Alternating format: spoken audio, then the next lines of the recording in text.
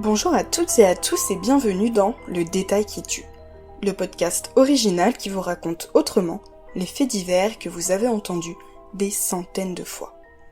La petite histoire dans la grande, le faux pas d'un tueur en série ou encore le dernier mot d'un condamné à mort, bref, le détail qui tue. Aujourd'hui, nous vous proposons de jeter un œil à une photo pour le moins troublante de Nordal Lelandais.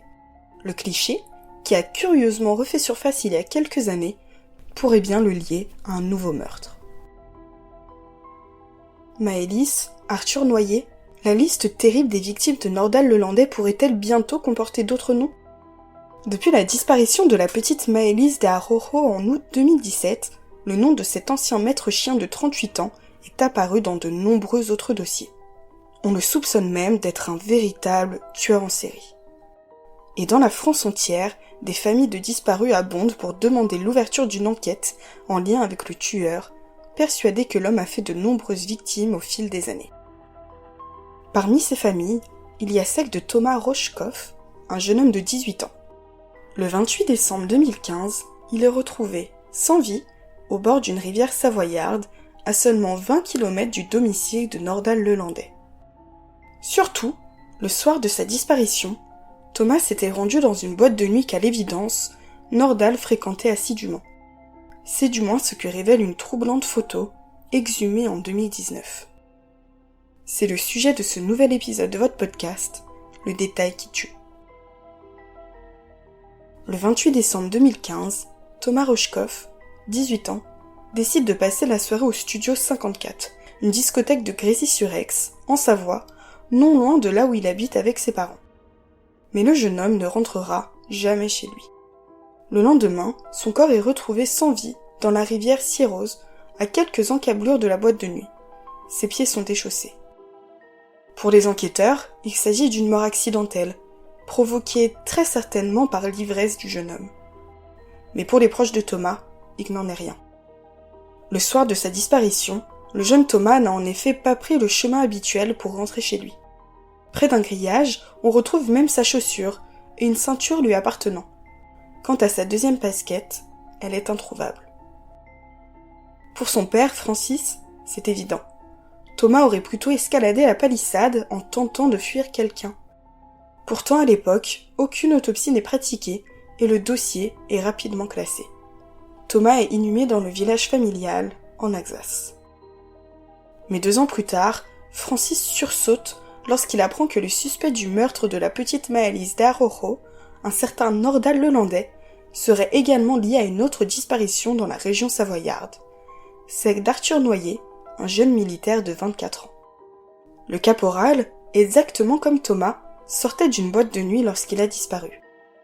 Et surtout, le domicile de l'ancien maître chien, suspecté dans ces 2 affaires, à Domessin, ne se trouve qu'à une vingtaine de kilomètres de l'endroit où Thomas Rochkoff a été retrouvé sans vie en décembre 2015. Mais le plus troublant reste à venir. Car en mai 2019, le journal Le Parisien exhume une photo du suspect pour le moins glaçante. On y voit Nordal Lelandais, en tenue festive, prendre la pose avec un camarade sur la terrasse du Studio 54, soit le dernier endroit où Thomas Rochkoff a été vu vivant. La photo aurait été retrouvée sur un réseau social et daterait du mois d'août 2012. C'est d'ailleurs le père de Thomas, Francis, qui l'aurait reçu en premier, après que certains curieux aient décidé de fouiller les réseaux sociaux de Nordal Lelandais. Une preuve de plus, pour le père du disparu, que cet homme n'est peut-être pas étranger à la mort de son fils. Car Nordal Lelandais fréquentait vraisemblablement la discothèque, de façon assidue. Et ce n'est pas tout. Au moment où le jeune Thomas a été retrouvé sans vie, l'ancien maître chien venait de se faire quitter par sa compagne. Selon cette dernière, justement, il aurait été à l'époque dans le même état de colère et de frustration que lorsqu'il a tué le caporal Noyer, des années plus tard. Cette même jeune femme a aussi confié que Lelandais, qui avait pourtant l'habitude de lui raconter ses soirées, n'aurait pourtant jamais mentionné avec elle ses sorties au Studio 54, comme s'il avait quelque chose à cacher. En 2019, les parents de Thomas portent plainte contre X pour meurtre. Le dossier rejoint à la même époque la pile d'affaires que doivent alors éplucher les enquêteurs de la cellule Ariane. Ils sont censés réaliser des recoupements entre le parcours de l'ancien maître chien et 900 affaires de disparition ou mort suspecte. Les recherches, depuis, auraient été achevées et le service dissous.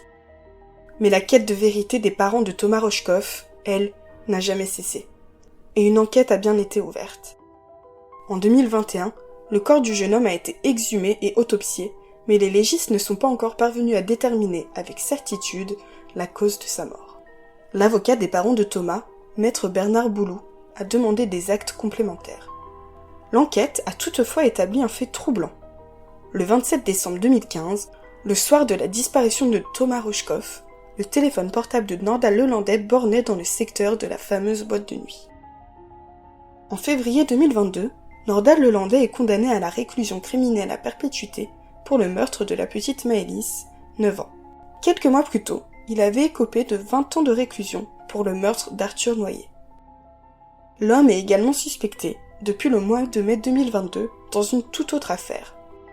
La disparition de Loïc Guérin, un homme autiste de 42 ans. En 2012, son corps sans vie avait été retrouvé au pied d'une falaise du massif de la Chartreuse. 10 ans plus tard, en février dernier, la justice a reçu une lettre anonyme troublante. L'auteur raconte que peu de temps avant de disparaître, Loïc Guérin aurait eu une altercation avec nul autre que Nordal Lelandais. Auditeurs, auditrices, c'est la fin de cet épisode du Détail qui tue, un podcast original Hérold raconté par Camille Dorcy et produit par Éléonore Bougnol. On se retrouve dans 2 semaines pour une nouvelle chronique de faits divers, de secrets et d'histoires enfouies. En attendant, retrouvez-nous sur notre site enquêtedevérité.fr.